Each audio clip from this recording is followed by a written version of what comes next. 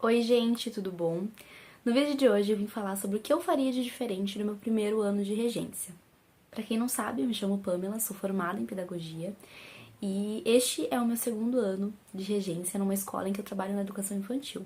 Eu estou finalizando agora o primeiro semestre, do ano, e eu já consegui notar várias coisas que eu poderia ter feito diferente no ano passado para conseguir levar as coisas com mais leveza, mais tranquilidade, de forma com que eu não sofresse tanto, sabe? Com o dia a dia, com a rotina, enfim. Vale ressaltar, né, gente, que o primeiro ano é um ano de muitos desafios, de muitas novidades, é um ano de começo, né? Então a gente está iniciando uma nova etapa, né? A regência é algo de muita responsabilidade. Já comentei aqui em outros vídeos no canal que a gente tem que arcar, né, com esse peso todo que ela tem e com as tarefas, com as funções que são exigidas, né, para a escola. Cada instituição vai ter as suas particularidades, né, vai ter as suas expectativas em relação aos funcionários, mas e a minha escola também tem, né, essas particularidades, mas eu também tinha muitas cobranças, autocobranças, sabe? Autocríticas, assim, que eu ia levando ao longo do tempo e que agora eu já compreendo de uma outra forma, já tenho um outro olhar em relação a isso.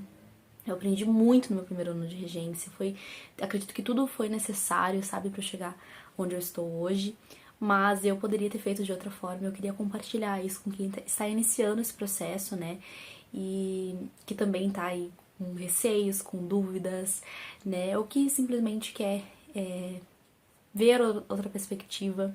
Então eu gostaria de compartilhar por conta disso. A primeira coisa que eu gostaria muito de ter feito no meu primeiro ano, e eu acho que eu fui levando, sabe, e não me atentei a isso, é a questão da organização. Eu me considero uma pessoa organizada, eu gosto de organização, eu gosto de ter tudo muito detalhado, eu gosto de anotar as coisas, o papel pra mim é de muita valia, então eu meio que me atrapalhei também no primeiro ano, sabe? Tentando dar conta de todas as funções, de todas as coisas, e assim, ia deixando passar. Mas a organização é um fator extremamente importante para a área, pelo menos da educação, né? Na função de professor, porque a gente está o tempo todo fazendo muitas coisas, né? E a gente tem muitas tarefas ao longo do dia, né? Só o planejamento, só a rotina já diz por si. Então, é importante que a gente tenha isso em mente, de que é necessário a gente se organizar, né? Ter etapas, fazer coisas aos poucos, entender o que falta, o que precisa, o que já foi feito, sabe assim? Então eu sinto que faltou isso no meu primeiro ano. Atualmente eu já tenho uma ideia um pouco mais concretizada a respeito disso. Então, assim, registros, né? Não só em relação às crianças em si, mas em relação ao meu papel também, o que eu tenho feito. Enfim, deixar tudo registrado, até por uma questão de segurança, né? Eu acho que isso também é muito importante enfatizar, que se a gente tem as coisas registradas, se a gente tem provas, isso é muito importante, né? Porque se acontecer, se por um acaso acontecer alguma coisa, você tem tudo ali, né? E até pra você provar aquilo que tem sido feito, né? Ter aquilo como uma ferramenta de documentação mesmo e de arquivo também, sabe? Para isso, usar um diário de bordo facilita muito. Atualmente eu tenho esse caderno que eu uso como diário de bordo. Eu quero fazer um vídeo só sobre isso para mostrar para vocês, né, para compartilhar um pouquinho de como funciona o meu. Obviamente cada um tem, né, a sua forma de registrar, enfim, mas eu acredito que o caderno, né, a anotação, ela ajuda muito a gente até a refletir sobre o que tem feito, sobre o que pode ser feito também. Então, acho que esse diário de bordo, que é algo que anda com você o tempo todo, né, que está com você na escola, que está com você na sua casa, auxilia nesse processo. Outra questão é o acompanhamento, né, dos comunicados, dos informativos da escola. Tenho vários grupos em que eu estou, que fazem parte do meu trabalho, e grupos que eu não posso, né, simplesmente sair e não ler as coisas, eu preciso tentar acompanhar tudo isso. Ainda assim, tem alguns momentos que fogem algumas informações, porque realmente são muitas coisas, né, e a gente tem que estar atento a tudo isso. Mas eu senti que esse ano eu consegui dar conta melhor disso, acompanhar melhor o que tá acontecendo, sem aquela ansiedade, sabe? Sem aquela frustração de ler em cima da hora, saber em cima da hora. Inclusive a própria escola, assim, eu senti que eles estão mais atentos a isso, a comunicar dias antes, semanas antes. A questão do equilíbrio também é fundamental, o equilíbrio profissional e pessoal, sabe? Entender que sim, eu vou trazer trabalho para casa, sim, em alguns momentos vai ser necessário isso, né? Principalmente na parte da manhã, né? Que eu estou em casa e que eu consigo fazer as coisas que estão pendentes, porque lá na escola também é uma correria. Eu tenho ali as horas, a gente não tem hora atividade lá, mas a gente tem os horários de aulas especiais, né? Mas ainda assim passa muito rápido e a gente tem que fazer outras 1000 funções, então a gente consequentemente acaba trazendo trabalho para casa. E ano passado eu me cobrava muito em relação a isso, eu trazia muita coisa que eu poderia ter feito na escola, sabe? Que aí eu me atrapalhava e acabava acumulando coisas e eu também senti que eu consegui dar uma equilibrada melhor. Ainda tenho muito a melhorar, mas eu acho que é importante que a gente tenha isso em mente, sabe? Eu preciso de calma, eu preciso de descanso, eu preciso viver a minha parte pessoal também. A minha vida não é só a minha parte profissional, né? A minha vida não é o meu trabalho. E levar isso em consideração é muito, muito importante. Consequentemente, levando, né, isso mais a sério, eu passei a abrir menos o aplicativo da escola. O aplicativo da escola é a ferramenta com a qual a gente comunica com as famílias, né? A gente compartilha as coisas das crianças individualmente, questões de grupo, né? Como está sendo os nossos projetos, enfim. Tudo é compartilhado por ali. E eu abria muito o aplicativo, gente. Tipo assim, de acordar e essa é a primeira coisa que eu faço. De acordar na madrugada e abrir pra ver se não tinha nada. De noite, de manhã, qualquer momento, final de semana, sabe? Isso é muito problemático. Isso não é saudável, né? É você estar misturando o tempo todo o pessoal com o profissional e isso vai se sugando de uma forma gigantesca. E eu percebi muito isso, assim, o quanto isso me afetou, o quanto isso afetou a minha ansiedade, né? O quanto isso fazia com que eu até questionar a minha capacidade profissional, se eu tava fazendo certo, se eu não tava, se tinha que melhorar, sabe? E aí eu percebi que isso não faz sentido, né? Eu tenho que saber realmente separar. Então, atualmente eu tento fazer o máximo que eu consigo na escola, de responder, de estar atenta ali, né, aos comunicados para as famílias, ali na escola, os recados que eu preciso dar ali na escola e o que for eventualmente necessário, né, que não der tempo. Aí sim eu faço em casa e tudo, mas assim, gente, eu não abro mais com essa frequência, sabe? Tenho que melhorar ainda um pouco, eu acho que tem que abrir menos ainda, mas eu já senti um progresso em relação a isso que é fundamental. Então, a gente fica o tempo todo esperando, né? E do outro, e eu sou uma pessoa que eu levo muito em consideração o que os outros falam pra mim e tenho tentado levar isso de uma outra forma, né? Que eu tô fazendo o meu papel, tô fazendo o que está nas minhas mãos e aquilo que me cabe, né? A partir disso, não tem o que ser feito, né? E, e eu coloco muito mais isso, enfatizo muito mais isso pra mim mesma. Também, né, consequentemente, lidando com as minhas emoções. Como eu falei, a minha ansiedade atacou muito no ano passado.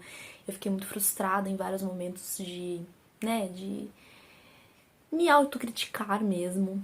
E eu tô tentando me valorizar mais também nesse sentido, sabe? Me dar mais colo, entender o meu lado, entender o que tá acontecendo, entender o contexto, e não simplesmente agir por impulso ou simplesmente, sabe, me automassacrar aí pelas coisas, porque eu sei que nem tudo está nas nossas mãos e nem todos os dias a gente vai estar bem, e é isso que a gente tem que levar em consideração, né?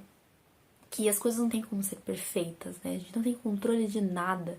E aí isso é o que rege todo o resto, sabe? Você está fazendo o que está dentro das suas capacidades, das suas habilidades, das ferramentas que você tem, e é isso, sabe? Mais do que isso não tem como querer. Então, é entender que é um processo, né? Que é gradativo. Além de tudo isso, assim, eu me fiz muitas perguntas e decidi também fazer muitas perguntas para além de mim. Como eu falei, nem tudo está sobre as minhas mãos, sobre os meus cuidados, e nem tudo diz respeito a mim. Então eu também preciso entender o meu contexto, com quem eu trabalho, com a coordenação tem que estar o tempo todo ali, né, frente a nós. Então levei mais perguntas para a coordenação, questionei mais coisas, perguntei coisas que eu realmente tinha dúvida. Eu tinha receio, gente, de falar o que eu tinha dúvida, porque eu achava que eles iam falar, você não sabe, você tem que saber, né? Você estudou pra isso, você é profissional pra isso, te contratei pra isso. E não, eles também têm que estar ali o tempo todo nos ajudando, nos apoiando mesmo no nosso trabalho. Porque essa é a função de coordenação, é coordenar, é compreender o nosso papel, é entender como que tá o caminhar, né, que a gente tem feito. Então é estar ali ativamente, e não só na surdina, por trás das câmeras, digamos assim. Então eu comecei a compreender melhor isso e levar mais isso pra frente, né? Como forma de entender também o meu papel, de entender o meu trabalho. E acho que isso fez muito mais sentido na minha rotina, no meu dia a dia.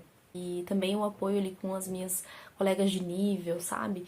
Entender que tá todo mundo seguindo o mesmo caminho e que não é porque eu não fiz determinada proposta que eu tô errada, que eu sou péssima, sou horrível. Não, porque eu comecei a entender que tá todo mundo no mesmo fluxo, que as pessoas também, né, deixam passar alguma coisa, que as pessoas também erram, né? Somos seres humanos, então a gente tem que levar tudo isso em consideração. E aí, compartilhando com as pessoas, você consegue ver isso, né? Que as outras pessoas também têm dificuldades, que as outras pessoas também passam por determinadas situações. Então, não é só você, não é exclusividade sua. E assim, por fim, a questão de viver no automático.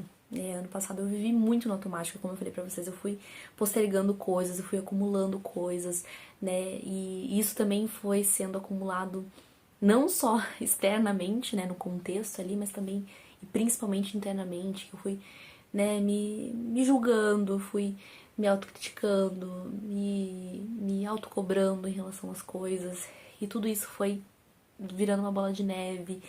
E aí tudo eu achava que era responsabilidade minha, tudo eu achava que era problema meu. E aí isso fez com que eu levasse uma carga muito maior do que eu merecesse, do que eu necessitasse, entendeu? E aí eu fui vivendo no automático, fui fazendo as coisas no automático porque eu precisava fazer, porque eu deveria fazer, sabe? E aí esse ano eu já comecei com a palavra leveza. Falei, não, eu quero leveza, eu quero tranquilidade, eu não quero levar tudo na massa, não quero fazer tudo de qualquer jeito e só porque tem que ser feito, porque deve ser feito. E aí foi, como eu falei pra vocês ao longo do vídeo, fazendo sentido. Tudo isso que eu comentei com vocês fez com que eu me olhasse, fez com que eu olhasse pra minha turma, olhasse pra minha sala, olhasse pra minha colega de trabalho, olhasse pra coordenação, olhasse pras colegas de nível. E aí tudo foi se encaixando, sabe? Ainda assim tenho muitas coisas pra melhorar, ainda assim tenho muitas coisas pra aprender. Não tenho dúvidas disso, né? Ainda estou no meu segundo ano de regência, ainda é tudo muito recente. E eu ainda me cobro muito em relação a tudo isso. Mas aí eu comecei a me questionar em relação a isso. Eu acho que só o questionamento, só o refletir a respeito do meu propósito, a respeito do que eu tenho feito, fez com que eu me olhasse. E isso fez todo sentido. Então agora eu consigo levar as coisas de uma outra maneira. E esse olhar pra mim é crucial. E esse olhar que eu deveria ter feito no ano passado, que eu deveria ter tido, né, no ano passado, pra olhar as coisas de uma outra forma. E, consequentemente, eu tenho certeza que isso faria com que a minha rotina, com que a minha contribuição com as crianças, que o meu olhar para as crianças fosse diferente, sabe? Né, o meu papel principal é estar ali com eles, contribuir de alguma forma com eles. E tudo isso pesa muito na nossa ação, na nossa consequência. E aí isso tudo fez muito mais sentido agora, né? Agora que eu estou já num segundo ano, com uma nova turma, com novas atribuições, com os novos desafios, sabe? Então aí foi sendo o processo. Eu acho que também é importante a gente passar por tudo isso que eu comentei, né? Foi um grande aprendizado pra mim, porque eu consigo agora olhar tudo isso, porque, consequentemente, se eu não tivesse passado, muito provavelmente eu não olharia dessa maneira. E com muita garra, com muita coragem, a gente vai assimilando tudo isso. Espero que vocês tenham gostado desse vídeo. Se você gostou, deixa um like, se inscreve aqui no canal. Um beijo e até os próximos.